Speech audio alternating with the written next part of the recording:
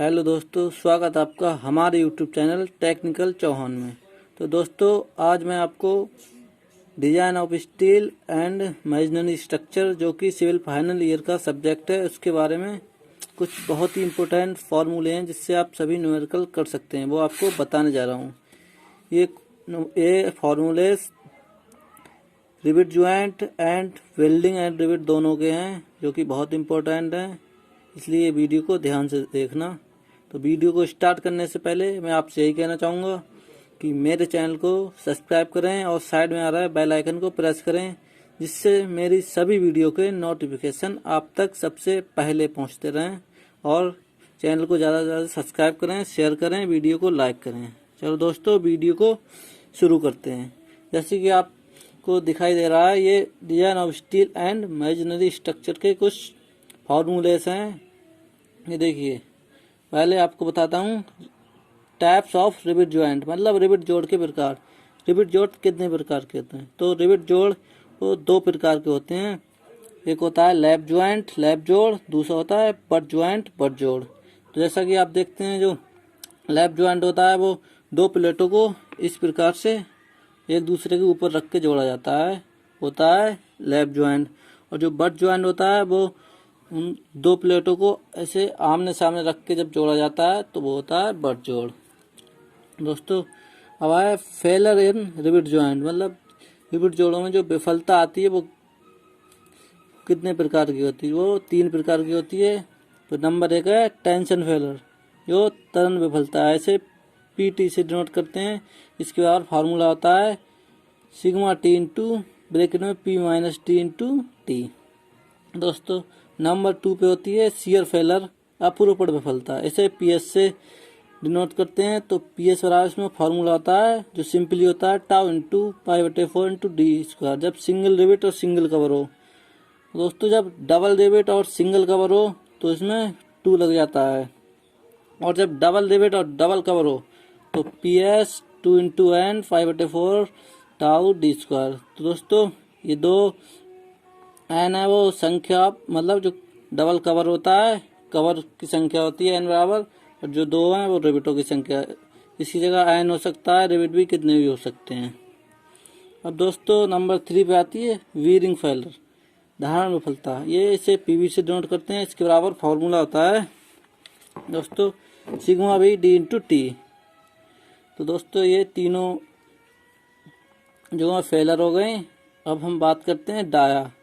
जो डाया होता है, जो हमें नॉर्मली क्वेश्चन में दिया हुआ था, वो नॉमिनल डाया होता है, नमन व्यास, इसे डीएन से डिनोट करते हैं। और जो सकल व्यास होता है वो उसे ग्रॉस डाया डीजी से प्रदर्शित करते हैं। तो दोस्तों,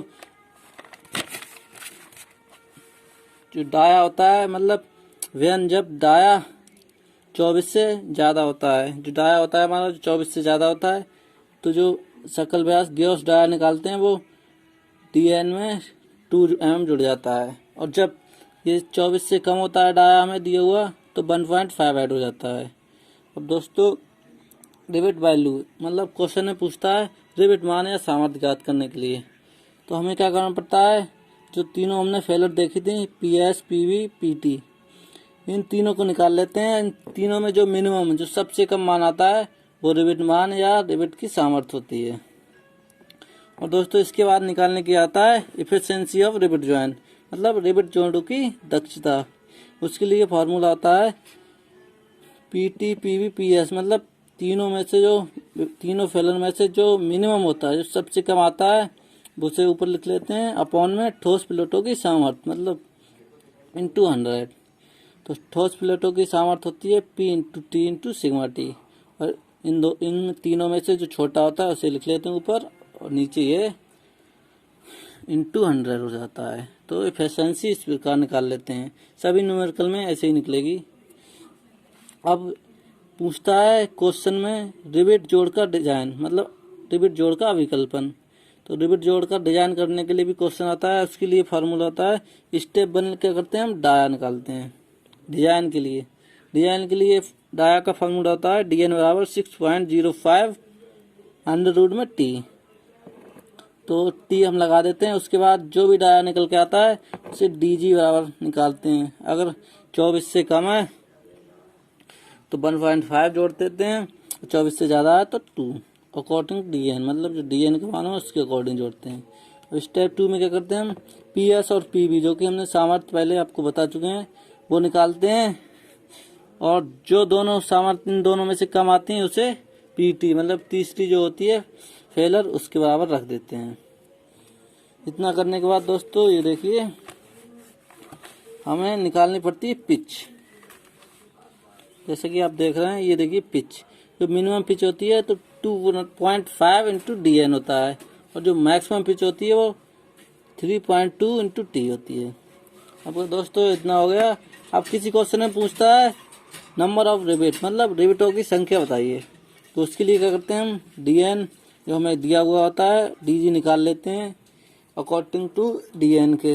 वो मैं पहले आपको बता सकता हूँ 1.5 जोड़ना है या 2, 24 से ज़्यादा हो तो 2 जोड़ना है, 24 से कम हो तो 1.5। अब क्या करते हैं हम PS और PV ज्ञात करते हैं, मतलब दोनों फेलर होती हैं वो PS बराबर PV बराबर वो दोनों हम ज्ञात करते हैं। जो इनके फार्मूले आपको पीछे दिए हुए हैं आप देख लीजिए। अब क्या करते हैं हम RV बराबर निकाल लेते हैं हम, जो PS और PV में जो मिनिमम मान आता है उसे हम RV मान लेते हैं। अब नंबर ऑफ डिविट निकालने के लिए क्या करते हैं F/RV। F होता है तरंग बल जो कि हमें क्वेश्चन में दिया हुआ होता है, RV ये हमने इनमें दो मिनिमम होता है वो लगा के निकाल लेते हैं। ये निकल गया। अब क्या आते हैं हम वेल्डिंग पे आ जाते हैं। वेल्डिंग और वेल्ड पे 2 प्रकार के वेल्ड होते हैं, फिलेट वेल्ड और बट वेल्ड। पहले हम फिलेट वेल्ड की सामर्थ्य के बारे में बात करते हैं।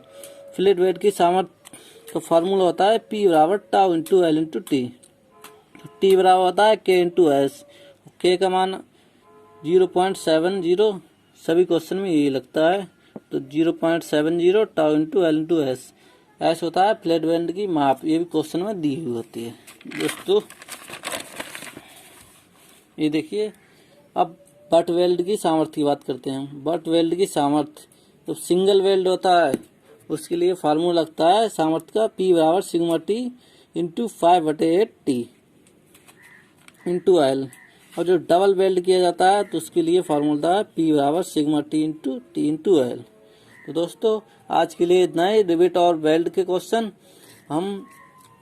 अगले हम कल वीडियो बनाएंगे compression member and tension member के सभी इम्पोर्टेंट फार्मूलेस। तब तक के लिए अलविदा। हमारे चैनल को सब्सक्राइब करें, वीडियो को लाइक करें और ज़्यादा से ज़्यादा शेयर करें। धन्यवाद।